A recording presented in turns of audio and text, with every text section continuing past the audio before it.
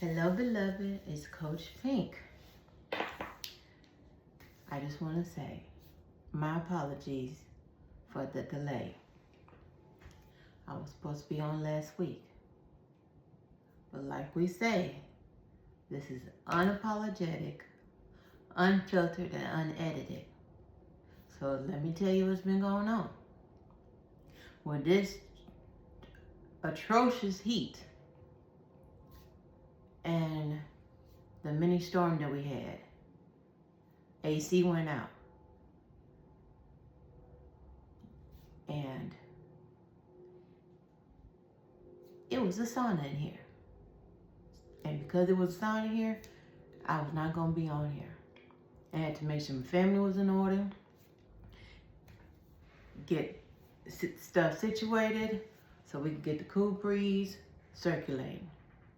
Because one thing that you'll get to know about me, I don't do the heat. I'm allergic to the sun too. Don't laugh at me, but I'm allergic to the sun. And yeah, this heat was heating, and so for those who don't have good AC, those who walk to get to where they're going, those who don't have AC in their transportation,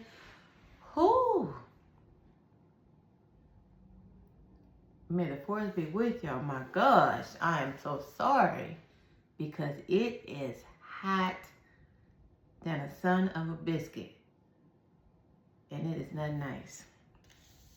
So that was the delay, but we are here now. The AC is cool, it's blowing, and I'm thankful that we're back in action and feeling good. So let the church say amen, okay? Okay, so as I stated before, what we're going to be talking about on this second episode. So let's get started. Here's the kicker. Some of y'all need to hear this. And I mean, some of y'all really need to hear this. And some of y'all may not like what I'm about to say, but it will give you clarity and make you think, even though you may not want to think about it. And for some, maybe in a situation where you at your crossroads and you are 1 foot in, 1 foot out. But here's the kicker. I'm not here to tell you what to do, but I'm here to give you insight and different perspective on how things could be. So if you're open to listen to a different perspective, come on board. Drop a comment. But if you're not here to listen, to learn, and have objective criticism, please stay off the page. Because we're here to uplift, to build, to restore, not to break down, demise, and tear somebody down. This is not what this platform is for. So, moving forward, that was my disclaimer. So, moving forward, okay? Thank you. So, we're talking about insecurities, okay? People always talk about insecurities. It's within. True, it's within here. But before it starts here, it's from what you hear. It's from what you see, your environment, before it starts sinking in your heart. Okay, let's get that out the way. I go into the textbook about the definition, about the meaning, but I'm not trying to school you because I'm not in the classroom anymore. Okay? Okay. But I do want to say this to you, beloved. Do I believe that men and women can be friends? 100%. I do believe that men and women can be friends and have a healthy relationship and still have platonic friendship with the opposite sex and not cross the lines or the tide, so to say, when you have a relationship. But here's the kicker. It is one thing to have friendships while you are either married, have a fiance, or a girlfriend. It's another to have a girlfriend, a fiance, a wife, when you are corresponding with your ex, lover, or what have you, or a person of interest who likes you and you know that, and or you like them. That is just asking for trouble. Do you understand me? And ladies, I want you to really pay attention. And guys, this is not to bash you, but this is truth. This is truth. Oftentimes, whenever a female asks a guy, who you talking to? What's this number? Where's this from? It's always thrown at, oh girl, you just immature. I'm sorry. You're insecure. See, that's the unedited part. You're insecure. Oh, that's my homegirl. Oh, that's my co-worker. Oh, that's my second cousin. You tripping. I need you to pay attention. Come close, ladies. Pay attention. I say this because if this person is your friend or his friend, co-worker, second, third cousin, why you don't know about her? But you know about the other friends. Why you don't know about this particular friend? See, men always say we are emotional. Women are emotional. True, we are. We'll go off of the hinges based on our emotion. If we angry today, you better watch out. Because this right here pounding, we going off. True fact. But ladies, men are intentional. Meaning, when they're doing something, they're intentionally meant to do it. So, if he is intentionally not telling you about this particular female, it's because he wants access. Access to be able to have his cake and eat it too. He wants to be able to conversate with her, text her, delete the messages, and talk to you like nothing's going on. Meanwhile, your mind is going crazy because you know something isn't right. We'll call it gut instinct, female intuition. When you feel that, don't bypass it. Don't bypass it and say, oh, you are just emotional or you are overthinking. Because when you're in a relationship, you tend to learn your partner's patterns. You know when y'all first start dating or y'all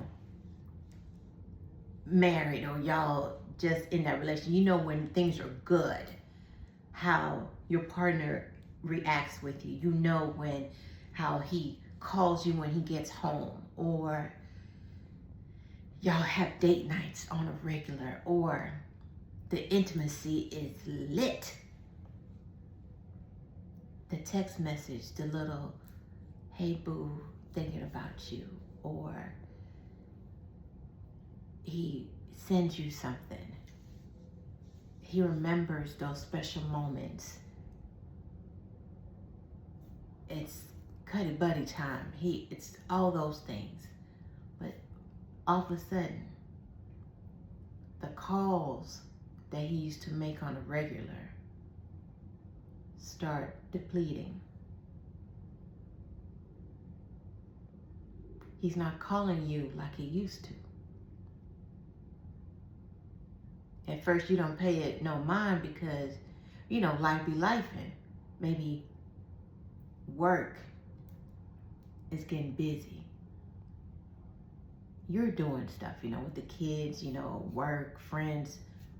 So you sweep it under the rug. But then plans that y'all supposed to have maybe get canceled. Maybe you forget.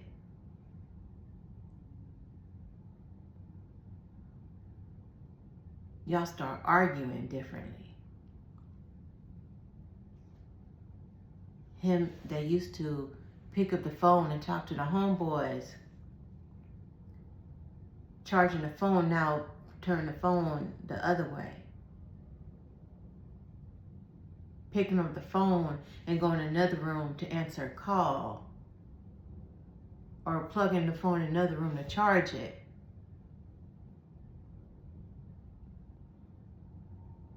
Or before you used to see missed calls, you were able to, you go to his phone and say, oh, my phone's charged, let me see your phone.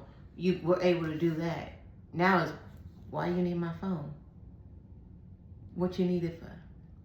Now he's questioning you for things that before he never questioned you about it. Now, when he used to kiss you, hold you, he's not doing it anymore. Now he's irritated. He's busy. He's short with you. Those are signs that his attention is elsewhere. Especially if you ask him a question. And yeah, you're saying, oh, that doesn't mean he's cheating. You're right. It does not mean it's cheating. Because they don't automatically cheat on you when they see somebody they're attracted to. It starts off with conversation. The intimate part. You remember the same way he got you? Start off with conversation, getting to know you. Getting to understand what you like, what he like, who his friends are, what school he went to, what he's doing.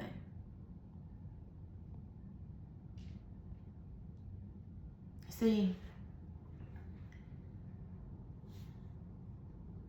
we often think that the person we're with, once you are selected or he's chosen or vice versa, that it can happen to me. But I've seen the couples who have been together for 20, 30 years and all of a sudden call it quits because one or the other cheated. And instead of having a conversation of saying what you're not happy with in a relationship, they go out and meet somebody else. And of course, that somebody else is always going to make them feel like they are the king, or vice versa, you are the queen. But insecurity does not just start automatically within. You just wake up and you're secure. Insecurity starts off by how the person is with you. If you knew that your person used to love on you and make you feel special, you and that person were going out maybe 3-4 times a week. That person would tell you, I love you, and you felt it in your spine. And will kiss you, not that kiss you on that forehead or tender on your lips, and give you that warm embrace and held you. Not that now that's hug and go, but held you and made you feel safe, to now when you hug them, you feel like a stranger.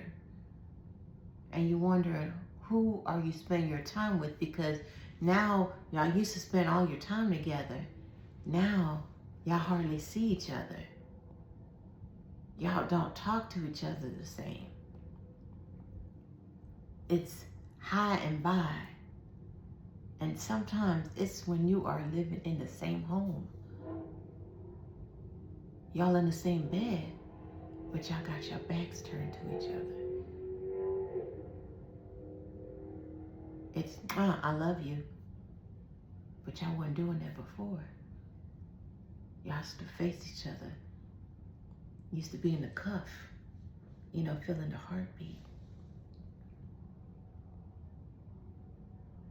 Now he's quick to go out to the gym 7 days a week, and he wasn't doing that before. Y'all used to go together. Now he going by himself.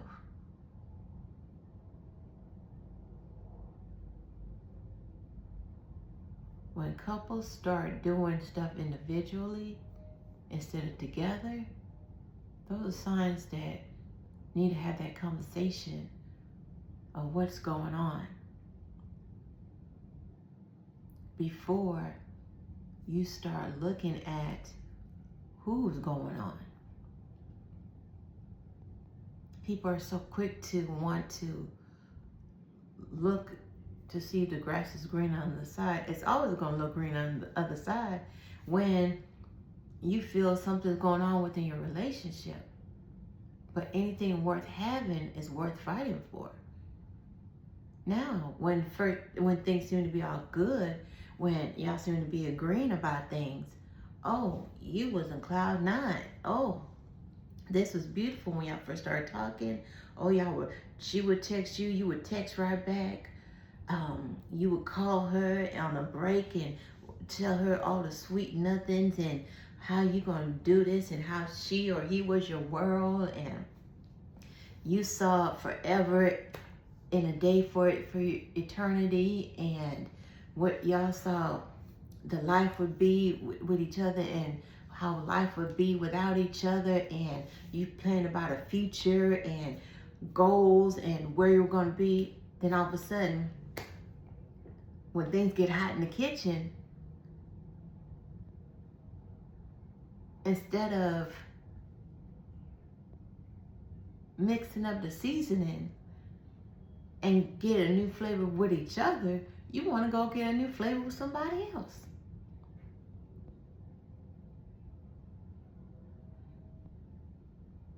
And quick to go when things aren't good, and then want to come back when things are appeasing to you. Going when the going gets hot, and then come back when it's cool. Like, see, when the AC's out, you gone. You want to stay in there with him, and we sweat together. But when the AC come back, you want, hey boo, you know what? I was tripping. That happened. So how many of y'all have experienced being in relationships where everything was good? Y'all communicated, or so you thought. Not thinking he or she was cheating on you. But all of a sudden, the dynamic changed where the call shortened, the visit lessened, the intimacy dried. Only to find out text was being deleted, conversations were being removed, and so-called friends, names in phones.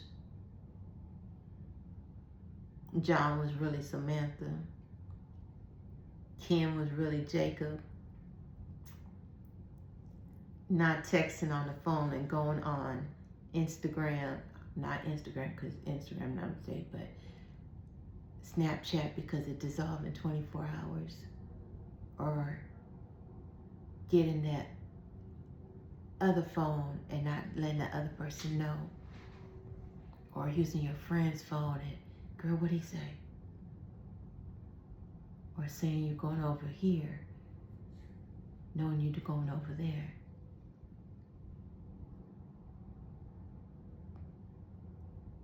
What's the outcome? And then you go look in your person's face and have the audacity to say, I love you. I would never cheat on you. You the one. Only to find out not only are you cheating, you saying the same script to other females or other males. But let that happen to you. Houston, we have a problem. What's good for the goose is not good for the gander. Where they do that at?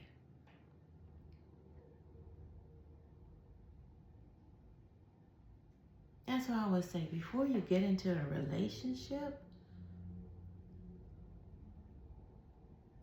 before you say, will you marry me?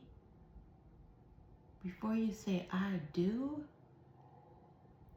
think about, can you, will you stay in it when things get dry? Will you, can you commit to it when you and your spouse, partner, fiance don't see eye to eye? Can you have those uncomfortable conversations? If your partner were to say to you, I'm not attracted to you physically anymore, could you handle that? Would you be able to receive that? And if they said they weren't physically attracted to you, would you respond back negatively and saying, I'm not attracted to you either? Or would you ask them, why aren't you physically attracted to me? What changed in you that you don't see me the same way you did? See, you see how I said that? What changed in you? Not me. Because you got to still feel you sexy. Because if you still feel you sexy and fine, then it's that person's problem. But if you don't show up for yourself, it's going to show. But you're going to ask them, what changed in you that you don't feel that way in me anymore? Have these uncomfortable conversations with your partner before stepping out. If they don't do it for you, tell them why and how y'all can fix it. Not just leave them with no clue of what's going on and go find somebody else. Have those conversations instead of having those friends that your partner don't know about. Because if your friends are your friends, your partner would always know who your friends are.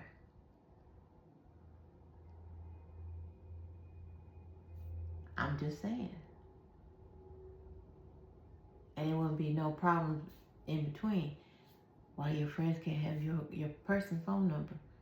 If they can't reach you, they can get your friend.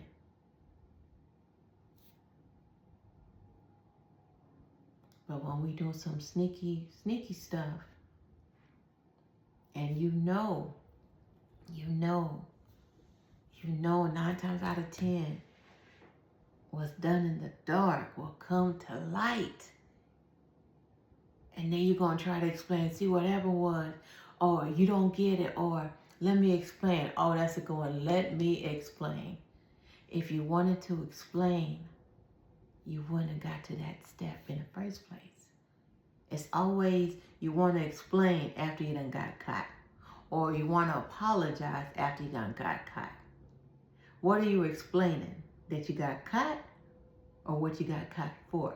What are you sorry for? That you got caught, or what you did? See, there's a difference. And not everybody understands that. There's a difference in doing and receiving, understanding and accepting. Now, I'm not saying that taking somebody back after they cheated can't make the relationship stronger. It can, if both parties are willing to do the work. The one who's hurt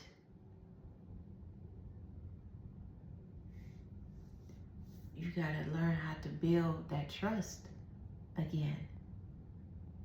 And that's gonna take some time. Because now, any little thing that person does, you're gonna question. Is he or she really going to the grocery store? Or are they meeting somebody?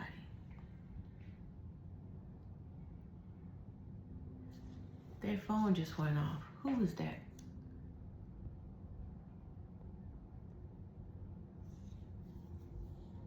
And then for the person who did the crime,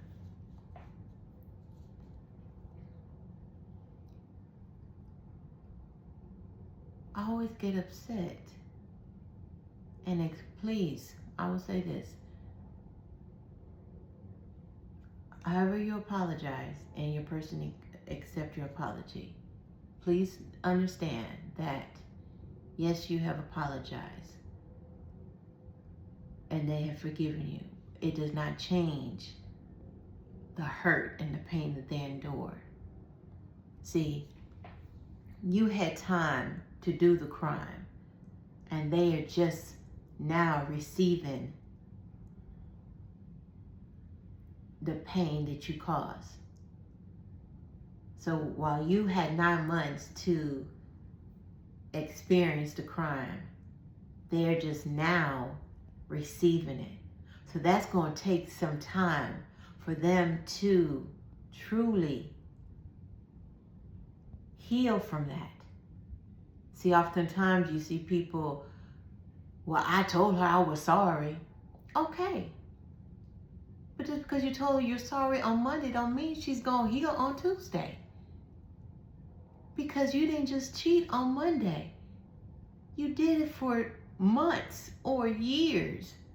So what gives you the right to think that she's going to forgive or just be healed and forget about it within 24 hours when you did it for months or years at a time? It doesn't work that way. Why is it the cheater always feel that things should be lessened for them when the truth come out? And then the one who received the pain, or the victim, so to say, should get over it like that because they apologize. No, that's not how it works.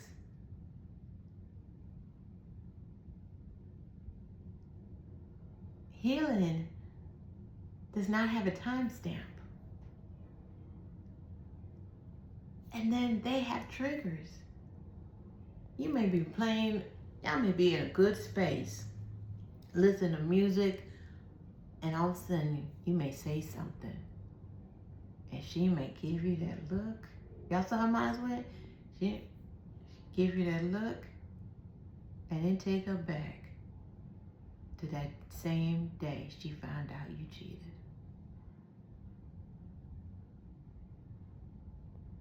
And everything goes out the door.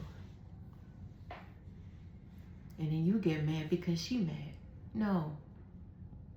This is when you have to reassure her that what you did is not happening again.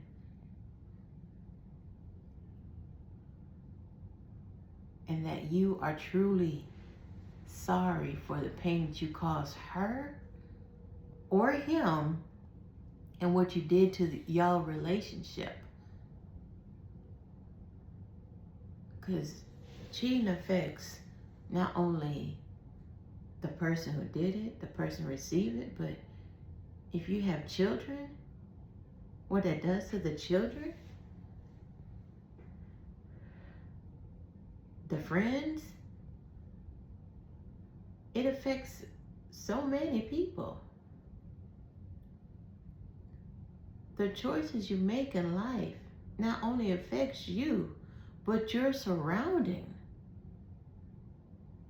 So I would think, not once, but twice before you make a choice to step out on the person you made a commitment to. Now let's get into marriage. For those who said I do over the covenant of God whether you believe God or not. But you made a commitment. You on paper, okay? While being dating somebody for 15,000 years, and you feel that y'all committed. If y'all are not on paper, or y'all have not said y'all are husband and wife, and you don't have mail come to the same address, then y'all can legally get the divorce. But for those who have documentation, that's when that person is truly legally yours. And it took me a long time to get that. But I did. Remember when I used to date, and I used to think, oh, that's my boo, he better not cheat on me. But he wasn't mine. He was not mine. No matter how long we dated, he was not mine to be, he was not mine. He was, what you could say, on, what do you call it? Not a payment plan, but what did Walmart used to have back in the day? I cannot think of it. If y'all could think of it, drop in a comment. Layaway. No? Is that layaway? Yeah. I think that would go. Yeah. But he was not mine. But when I said I do to my husband, and he cheated, Houston, we have a problem.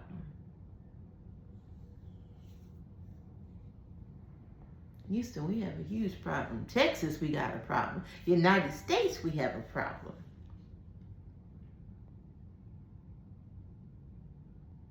Because we have a covenant and you broke it.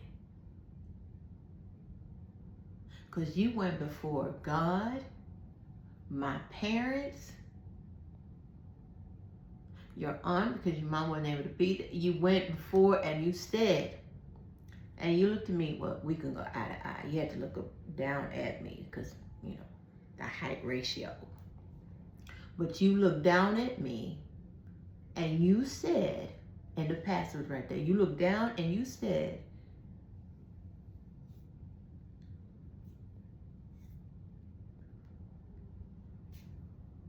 this was it for you. You, as he always stated to me, I chose you. I could be with anybody else, but I chose you. No, he doesn't talk like that, but yeah. He said he chose me. So since he chose me to be his wife, therefore, he shouldn't be choosing anybody else to be a girlfriend. I'm a girlfriend too. You want a side piece? I'm that too. That's when you're in a relationship. You gotta spice it up. You want a blonde? Okay, put a wig on. You want a brunette? Put a wig on. What you're not gonna do is go get a brunette or get a redhead. Don't get no redhead. You got a pink girl. Don't do that. But I'm just saying, the couples really need to have those uncomfortable questions, conversations. Get to the nitty-gritty. Ask those questions, but also be ready to receive those answers. Because those answers may not be something that you want to hear. Because people always just look at the outskirts of a relationship. Oh, he fine. Look at him, he tall, he fine, or he short, he cute, he thick, whatever. Whatever your preference is and what you're looking for in a companion. But ask those questions. Have you cheated on a partner before? Now here's a red flag. If your person says every person they've been with, they the one that cheated, that's a red flag. Now the only time I could agree with that's me, because I've never cheated on anybody. Have I? Ha! That's a question you want to know, huh? But cheating, I've always thought cheating was, if I cheat on a boyfriend, then I would cheat on a husband. That's just my mentality. It doesn't mean for everybody else, because no two people are alike. But that's just how I saw things. If I couldn't be committed with a boyfriend, then I sure wasn't going to be committed to a husband, because he had to be a boyfriend first before he could be a husband. If we can't pass boyfriend and girlfriend, then we can't make it to husband and wife. I'm just saying. So, ask those uncomfortable questions. Have those uncomfortable conversations to get to know your partner before you get serious. In the beginning dating stage, ask those questions. Don't just have that person take you out to eat, get a free meal, and expect them to take you places. Ask those questions. Get to know the person, not get to know their wallet or how many credit cards they have.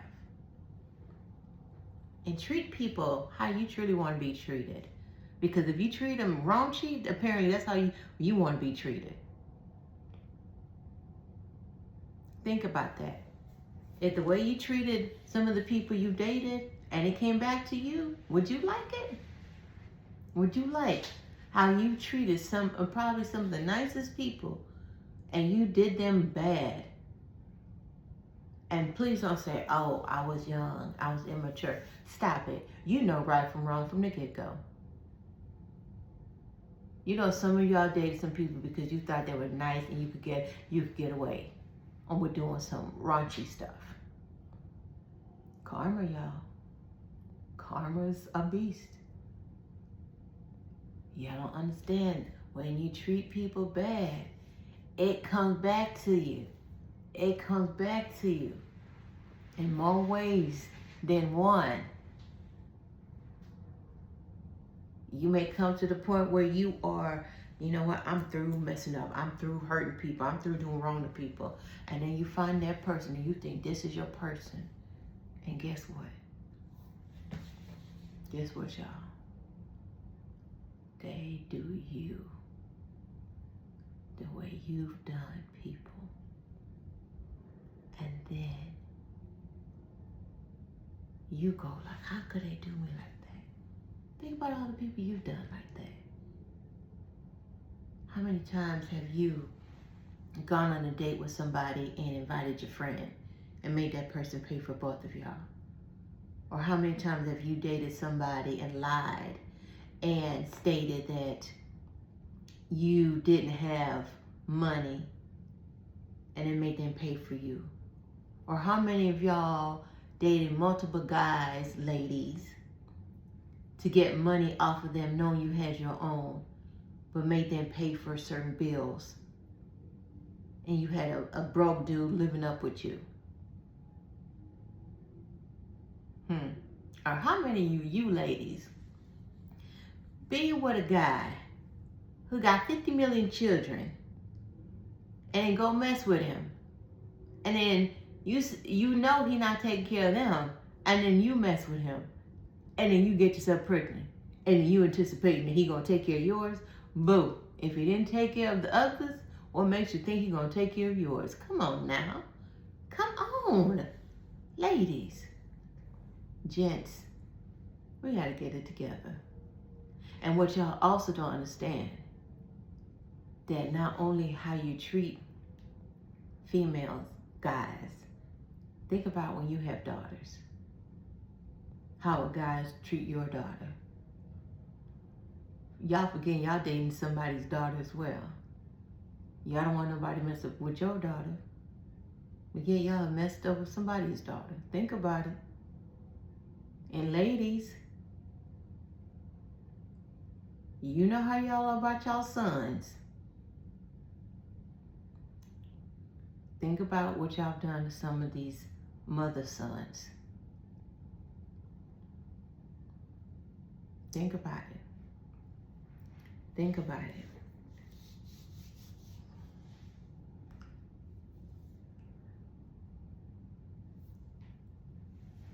It comes back. It comes back. Y'all ever wonder, for a guy who cheats a lot or been with a lot of women, usually have his child he has a daughter?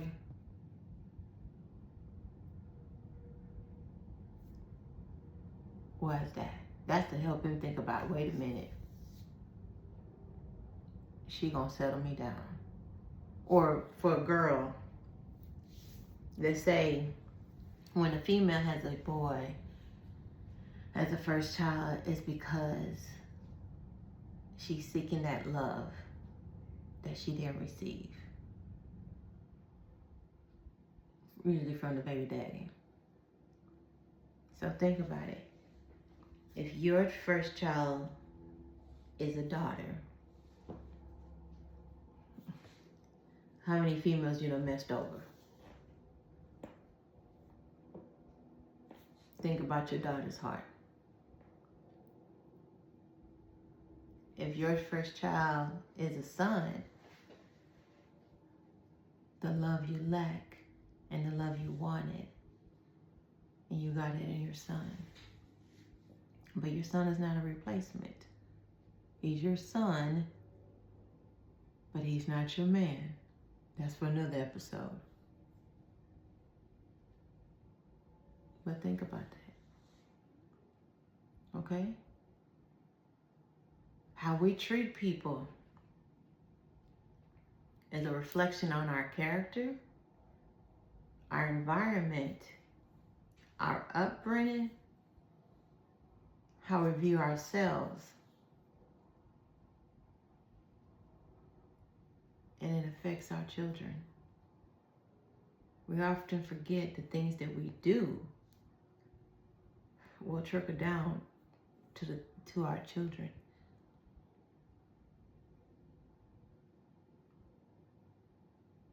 And that's from generation to generation.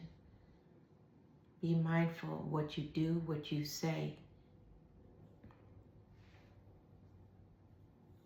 because it's important to make a difference, a positive impact. If you had a broken home, where relationships you didn't see a true, genuine love of what a man and a woman looks like, or whatever it looks like for you, what a couple looks like. I don't want to mess up anything for anybody, but if you haven't seen what true love looks like for a couple, true love, not cussing at each other, not disrespecting each other, not shaming each other, not humiliating each other, but that love where they support each other, they listen, have a conversation with each other, not quick to have a rebuttal, put each other first, so then both receive what they want and what they need. Not allow that excess conversation to interfere in their relationship. Have a trust where they're not easily influenced by social media or others voicing their own opinion, because no matter what you do, what you say, people are always going to have something to say. Why? I don't know. People just don't seem to mind their own business. Quick to be in your business, but never their business. Because people talk too much. Don't tell people your business. What goes on in your roof should stay in your roof. Now, if you need seeking some assistance, some advice, some supportive criticism, so yeah, seek counsel, yes. And if you are a true friend and you know your friend is doing wrong, it is your right to tell your friend to do the right thing. Don't coddle your friend because you're scared that that friendship will not sustain it. If that's your true friend, you better tell him or her, say, you're not right. Da da da da da da. If you know your friend is getting cheated on back to back to back, and to keep taking that person back to back to back, then you're going to have to talk to your friend. Friend, what's up with you? What are you not seeing that this person keep doing this to you? What do you not see within yourself? Because some people don't value themselves. Some people don't love themselves. No matter what they look like on the outside, they could be hee smiling and talking with you and hee girl, boy, homie, whatever, and have low self-esteem about themselves. Don't love themselves. Don't value themselves. Don't appreciate themselves. And think less of themselves. So when you feel that way, you take whatever comes your way. Because some people think half of a person is better than no person else. But let me tell you something, boo. Better be by yourself to value your self-worth than to take half of a man or half of a female. I won't call him a man because a man is not going to treat you like trash. A woman is not going to treat you like trash. A man is going to comfort your heart. He's going to value you. He's going to take pride in knowing that you are the chosen one. He's going to value you. He's going to honor you. He's going to protect your heart. You're not going to have to beg for his attention. You're not going to have to beg for his understanding. You're not going to have to beg for him to say, I apologize. And not just say, I apologize, but why? His actions is going to speak louder than his words, not just that gibberish, bumping gums, because a lot of people just bump gums and do not back it up. Pay attention to the gum bumpings. Because you don't back up what you say, it means nothing. It is null and void if you cannot back up what you say. And that goes for anybody. You have to be honest and check it off. Do I really need to be with this person? Have they really shown me they have changed? Not because they said it, but because they have shown it.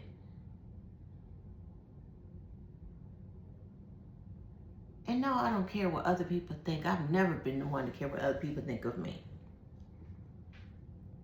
That, believe that's been with me since a child. Because how my mom raised me. And my dad. Never to care what other people think. Because I love me out loud.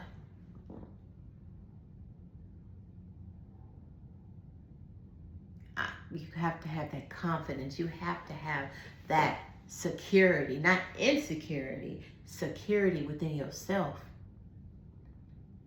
And you got to know that you are the shit, okay?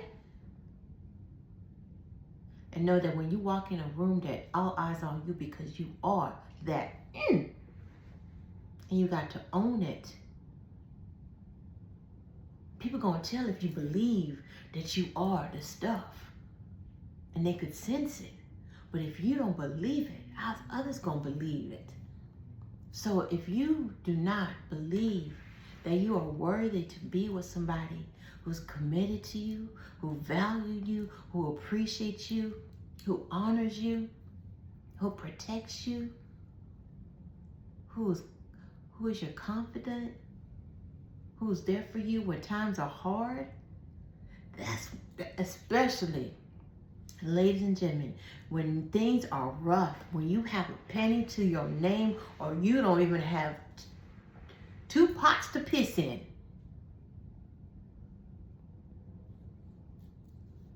that's when you see who's there for you. When you are at your lowest, when you don't have anything, and then you have people who are there to help you, Pay attention to those who are there for you when you were at your lowest. And pay attention to those who are there for you when you were at your highest. Be mindful. Swipe left when you were at your highest. Swipe right when you were at your lowest. Those people are going to be there for you no matter what. The left, swipe left, they are only there when it's convenient for them. Pay attention. People who are only there when it's beneficial for them will show up when things are looking good for you and bad for them. And they will do anything and everything to make it seem like they are there for you. To make you look good, to feel good, to do everything they're supposed to do. Because they need you. But when they don't need you, they're nowhere to be found. Do you pay attention? But the people who don't need you, don't want anything from you, who simply just care about you, who check up on you, who hurt when you hurt, who's there to pick up the pieces when nobody else is. Those are the people who are overlooked.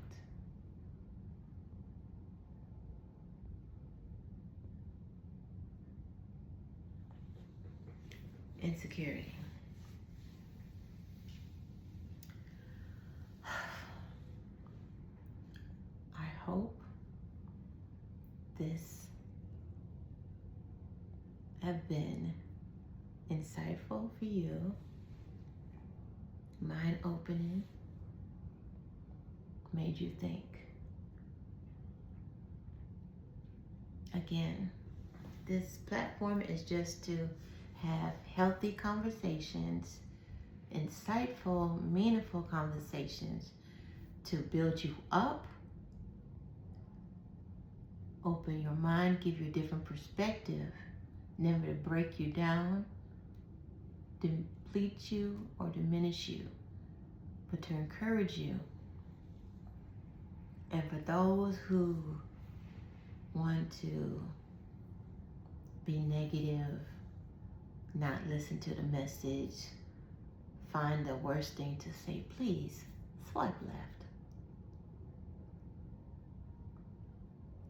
But please like, subscribe, follow, share. Until next time, remember, have those uncomfortable conversations. Live in your truth. Be transparent so you could transform. I'm Coach Pink. This is Pink Uncut, where we're unapologetic, unfiltered, and unedited.